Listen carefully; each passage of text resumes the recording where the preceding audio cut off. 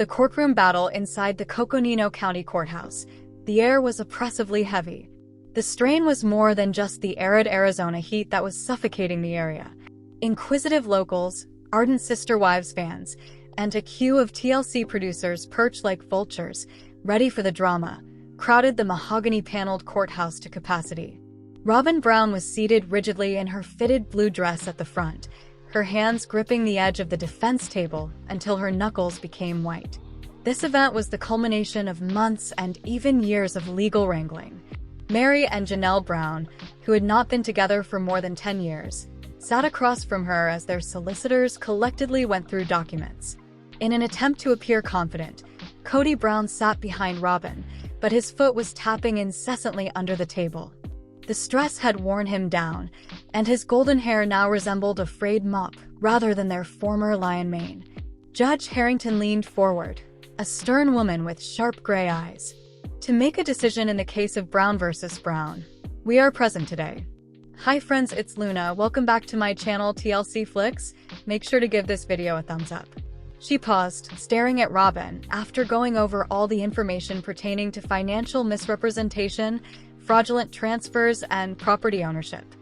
This court rules in favor of Meri Brown and Janelle Brown, the plaintiffs. Across the room, gasps sprang out. Robyn's mouth dropped open in shock. What? No, this isn't correct. With her voice cracking, she blurted. I own those houses. Cody uttered. Mrs. The evidence is overwhelming, the judge said sternly. Brown. The transfer of the deeds was illegal. The legitimate co-owners will regain ownership of all 3 parcels, including the residential residences and the rental property in Flagstaff. You've got 30 days to leave. The thud of the gavel was final. Outside the courthouse, Robyn staggered into the sunshine, covering her face with a shield as cameras flocked to the steps. Cody made an attempt to shoo her away, but the inquiries were harsh. Are you getting evicted, Robyn? Do you wish you hadn't married Cody? How does it feel to win at last, Meri?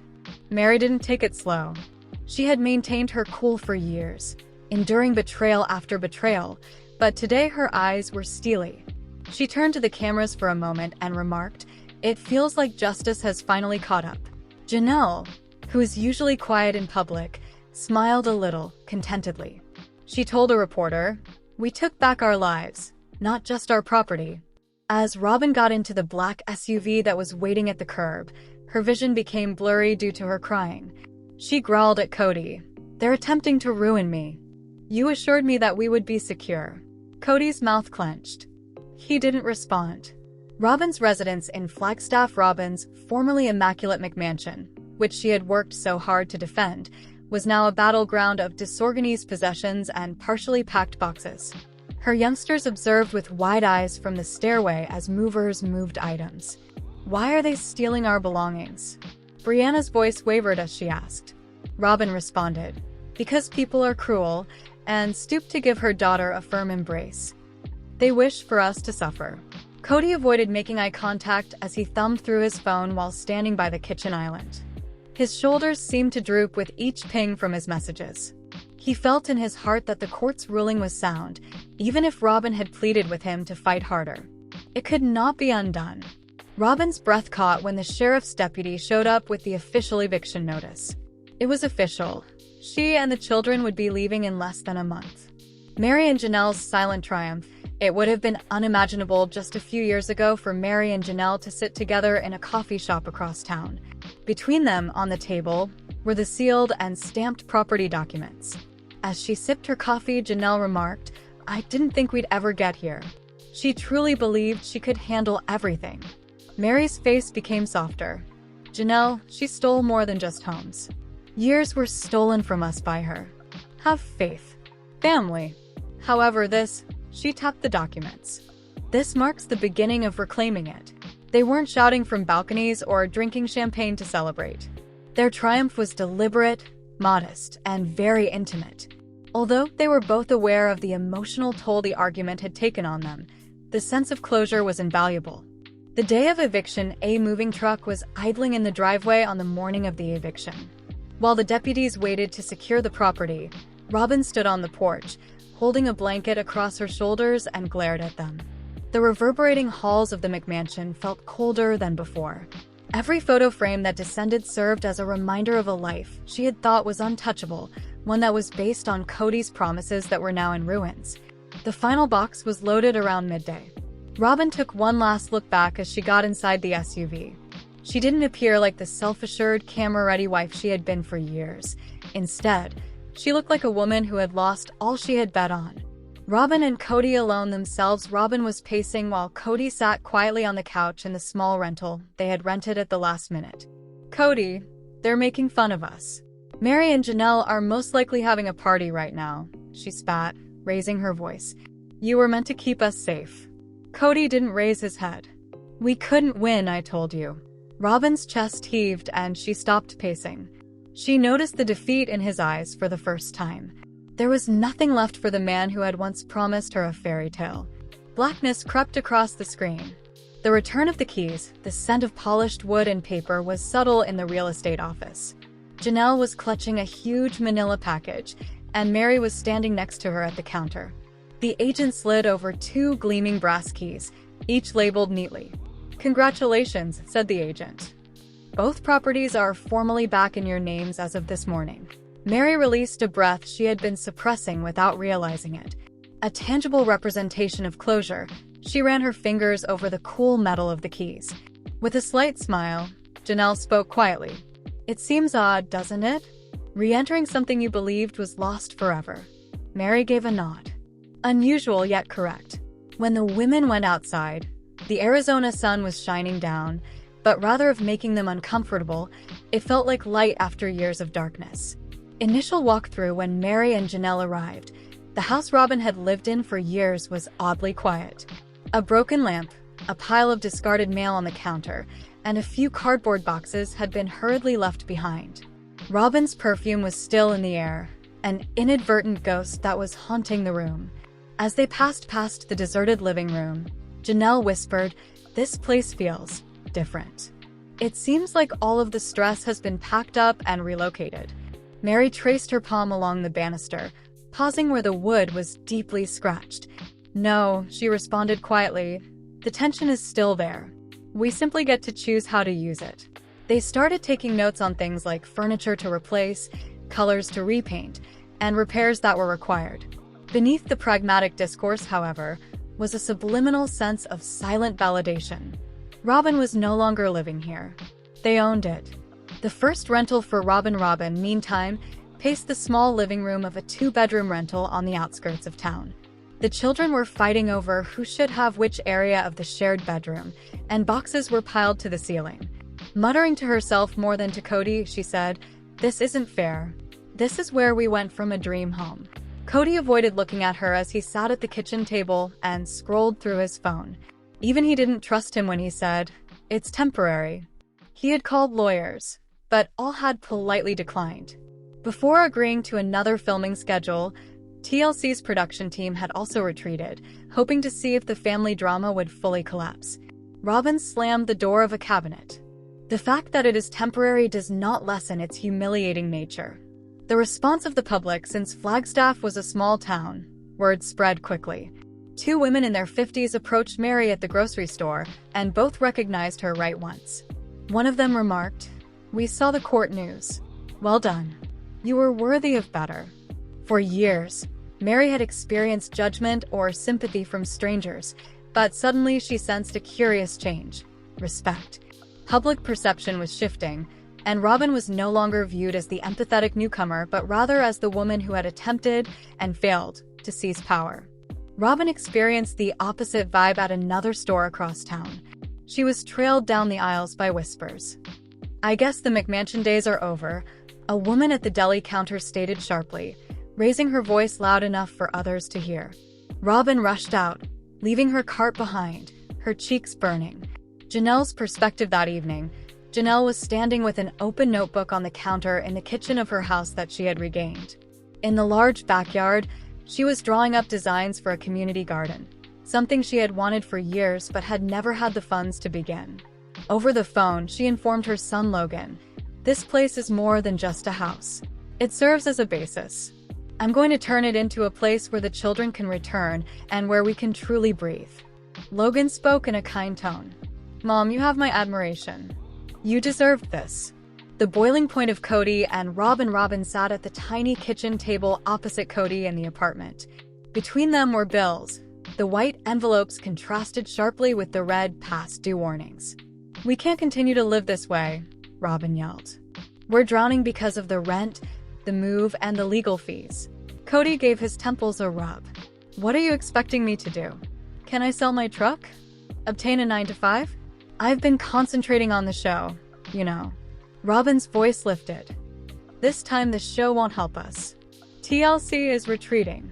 They are more interested in the others than in us." Something sparked in Cody's eyes, either fear or wrath, or possibly both. "You believe that I am solely to blame? You made a rush for the homes. You desired the way of life." Tears welled up in her eyes, but they were piercing and not sad. "I desired a life in which we could take pride. We currently only have a rental and a mountain of debt." The ensuing quiet was more oppressive than any battle they had ever engaged in. Final montage. Meri smiles as she paints a bedroom a gentle shade of gold in the sunlight. Janelle is squatting in the dirt of her backyard, laying out the garden's rows. Sitting in the dim living area of the rental, Robyn browsed through pricey internet listings. At night, Cody was by himself in his vehicle, gazing at the gloomy silhouette of the McMansion that had been taken from him. A mixture of triumph and grief permeates the song as it rises. There was no denying that the balance of power had changed. The setting of the interview beneath the bright studio lights. Robyn sat in the makeup chair. The green room of the local news station had a subtle coffee and nervousness odor. She made a conscious decision to project warmth and humility by donning a gold pendant and a soft mauve blouse. The producer reminded her that this was her opportunity to present her case. "Keep it relatable, please." Robyn tried to control her breathing by nodding. She had practiced her lines in front of the mirror and selected stories that would portray her as a victim of circumstance rather than a cunning person in order to prepare for this. She put on her bravest wounded face as she was escorted onto the scene. As the cameras went live, the host, a polished woman in her 40s, grinned broadly. "Watchers have been following your journey for years, Robyn," the host said. "Many people were shocked by the court's ruling. How are you doing?" Robyn's voice shook just enough to sound real. "It has been devastating. I've been portrayed as being avaricious and cunning, but I was only attempting to keep my family safe. My kids felt comfortable in those houses, which is why I adored them." She paused for effect. "Losing them has been disastrous." The pitch of emotion. Robyn leaned forward with sparkling eyes as the camera panned in a little. "People don't know what it's like to be singled out all the time. I was treated like an outsider, even though I married into a family I assumed would be cohesive. I was held accountable for circumstances that weren't my fault." The host gave an empathetic nod. "And the court's decision?" Robyn let out a sigh. "I think it was incorrect. I believe that the property transactions were misunderstood. However, Meri and Janelle spotted a chance and seized it. And I'm beginning from scratch now." A slow view of Robyn looking down with her hands clasped securely in her lap concluded the section. Clearly, the message was to sympathize with me. The retaliation. On a Friday evening, the interview was broadcast. It went viral by Saturday morning, but not in the way Robyn had anticipated. An excerpt from an Instagram live that Meri and Janelle co-hosted surfaced online. With coffee mugs in hand, they sat side by side in Janelle's recently remodeled kitchen. "You all watched Robyn's interview," Meri said in a cool but direct tone. "She left out a lot of information, such as the fact that the property transfers were carried out without our permission, or how she forced us to leave the family houses during the pandemic by pressuring Cody to stop communicating with us." Janelle jumped right in. "She is attempting to alter history. However, court documents are open to the public, so anyone can view the evidence. We weren't trying to take anything away from her. Regaining what was rightfully ours from the start was the goal." The drop of evidence. Meri's voice tightened as she leaned closer. "And if we're talking about protecting children," she conveniently omitted the fact that, only weeks after telling me she had no interest in material things, she signed over one of the houses into her name. "I still have the text messages." Off camera, Janelle's phone buzzed. She gave it a quick look and grinned. "It appears that the court documents are already available online. Hashtags such as #RobynLies and #TeamMeriJanelle were popular by Sunday. Frame by frame, fans analyzed the interview, pointing out contradictions in Robyn's account. The breaking point for Robyn was sitting on the couch at the rental home, holding her phone tightly. As the comments went by, they were disparaging, irate, and harsh. She had hoped the interview would change people's minds. It had backfired instead. Her voice was scratchy as she murmured, "They're destroying me. They're portraying me as a monster." Cody crossed his arms and stood at the kitchen counter. "You appeared on television. The door was opened by you. What were you anticipating?" She jerked her head up. "I thought you would support me. To make a statement in support of me." Cody's expression was one of annoyance. In defense of what? The reality? Robyn, Meri, and Janelle are telling the truth. The words struck her like a blow to the body. For the first time, she regarded Cody as someone who might be slipping away rather than as an ally. Final montage. Meri's lips curled into a contented smile as she scrolled through words of encouragement. Janelle is giggling while talking about garden ideas with her son Hunter on the phone. Robyn is sitting in the dark, reading another cruel article while her phone's brightness illuminates her tear-streaked face. The nighttime silence in Cody's pickup was nearly oppressive as he drove aimlessly through Flagstaff. As Robyn sits by herself on the couch, the camera lingers on her while the pinging of internet notifications gets louder and more deafening. The late-night call. Robyn locked herself in the little home office of the tiny rental, a slender space with only one desk lamp, at almost midnight. The home was eerily quiet, the children were asleep, and Cody was in the living room, half watching an old western. Before dialing, she gazed at the phone for a long moment. The other person's voice was kind but wary. "This is Sharon from TLC Development." Robyn inhaled deeply. "It's Robyn Brown here, Sharon. From Sister Wives." There was a brief silence. "Obviously. How may I assist you?" Robyn's comments came out quickly. "I've been considering the possibility that a new chapter is in order. A program that centers on my experience, the challenges of recovering from betrayal. The truth that hasn't been revealed yet, you know." That bland producer speak took over Sharon's voice. "To be quite honest, Robyn, the network is well aware of the current public opinion. It's not very good." Robyn's chair leaned forward. "But atonement is precisely the reason this might succeed. An opportunity for others to see me for who I really am." Although Sharon didn't say nay, her evasive response that "we'll discuss it internally" felt like a door that was only partially open. Janelle and Meri received the tip when Meri's phone rang with a message from a former TLC crew member she had remained connected with. She was enjoying coffee at her kitchen table the following morning. As an FYI, Robyn is submitting a spin-off proposal to the network. Claims that it is her tale of redemption. After a moment of staring at the text, Meri called Janelle.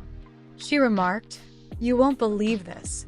The early morning light was flooding into Janelle's kitchen as the two were on a video conference in a matter of minutes. Janelle stated bluntly, "She's attempting to rewrite the entire thing again. She will portray us as villains if she is given a platform." Meri's mouth clenched. "We then ensure that she doesn't receive it." They decided on a strategy, a preemptive strike, not precisely sabotage.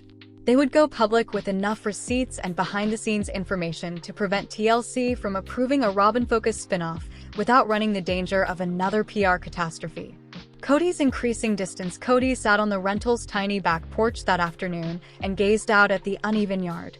Robyn's approach was scarcely perceptible to him until she spoke. Carefully, she added, "Last night, I called TLC. Regarding a potential show.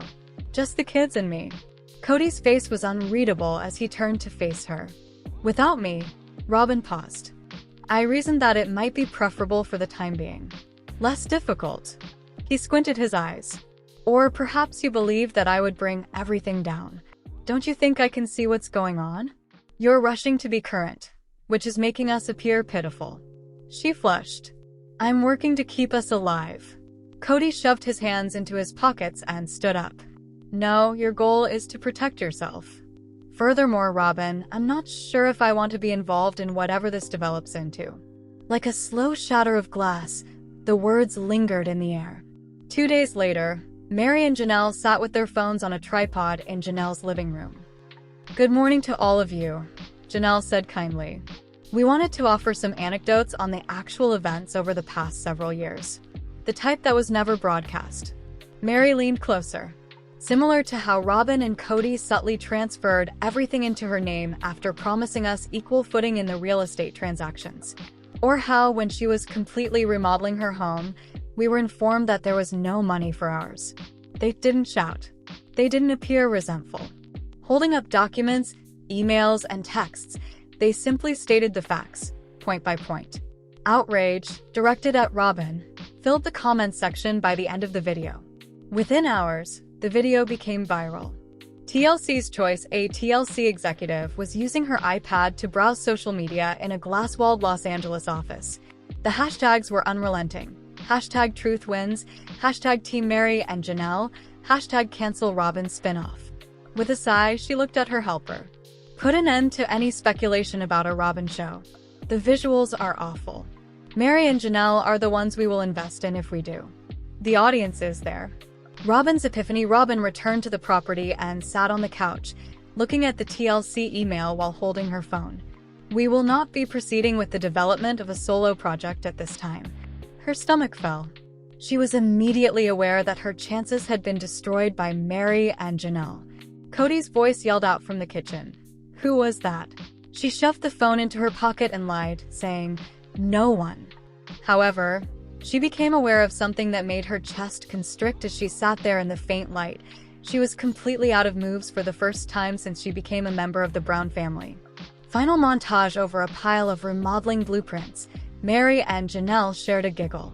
Watching the sun set over a neighborhood that was not hers, Robyn stood by herself at the rental's doorway. Cody leaves without informing her where he's heading in his truck. The sound of a clock ticking is all that remains once the music fades. The driveway is empty. Robyn stood at the window, looking out into the darkness, the gravel driveway of the rental crunching beneath her boots. Once more, Cody's pickup vanished. Lately, he had been spending whole evenings running errands or visiting the kids and not coming back until the following morning. She called him on the phone, directly to voicemail. She stopped pacing around 2 in the morning and sat on the couch with her arms crossed over her chest. She felt the hush closing in on her. She flinched at every creak in the house. She confronted Cody when he eventually came back at dawn, his hair mussed and smelling somewhat of campfire. "Where did you go?" "With Garrison and Gabriel," he stated bluntly. "They asked me to come over. We grilled some burgers while conversing outside." Her tone became piercing. "You were unable to text me?" He left her standing in the center of the living room, her mouth hanging wide, and strolled past her towards the bedroom, saying, "I didn't think it mattered anymore." Meri and Janelle's first public outing. Meri and Janelle took the stage at a crowded community center across town for a charity event that benefited Arizona's women's shelters. Before speaking to the crowd, the two gave each other a tender embrace while cameras flashed. Janelle spoke over the microphone. "We understand what it's like to start over in life. And we understand the strength of unity. This is about every woman who has been told she can't start anew," Meri continued. "It's not just about us. You are able to." There was loud applause. A couple TLC camera operators captured the incident while surreptitiously hovering at the rear of the room. Officially, this wasn't for the program yet. However, the crowd's enthusiasm made it obvious who they wanted to support. The transition to online clips of Meri and Janelle's speech had gone viral by the next morning. According to the headlines, Meri and Janelle steal the show as power allies and co-wives. Fans request Meri Janelle's spin-off from TLC. On the other hand, Robyn's name only appeared in resentful and eye-rolling comment threads. Unable to take her eyes off the accolades that were being showered upon her erstwhile sister spouses, she scrolled endlessly. Cody's lacks increased. Cody visited his elder children more often throughout the ensuing weeks. He took Truly out for ice cream, spent long evenings helping Maddie's husband rebuild their fence, and even organized a camping trip with Logan. He shrugged when Robyn questioned him about why she wasn't invited. "They're not yet prepared to meet you. It's a complicated situation." Her chest grew constricted. "Cody, they're also my family." He avoided looking into her eyes. "They don't see it that way." The tipping point. In an attempt to entice Cody back to her side, Robyn prepared a surprise supper one Thursday night that included roast chicken, mashed potatoes, and her renowned handmade buns. He never returned home. The dinner was getting cold and the candles were burning low as she sat by herself at the table. Something inside of her cracked when she eventually blew them out. The hurrying call, she called TLC once more that evening, but this time she made a plea rather than a pitch. Her voice cracked as she said, I need to tell my side. If I don't, I'll be gone forever." The executive gave a clinical reaction. "The audience has moved on, Robyn. You don't have the stats on your side. We cannot base a show on a character that the audience no longer finds relatable." Robyn sat there looking at the phone with her hands shaking as the call came to a courteous finish.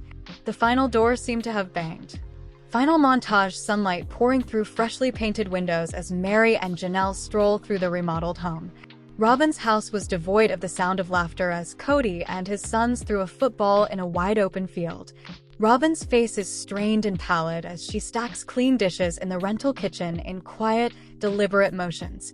The sound of a single clock ticking echoes in an empty room while the music swells and finally fades.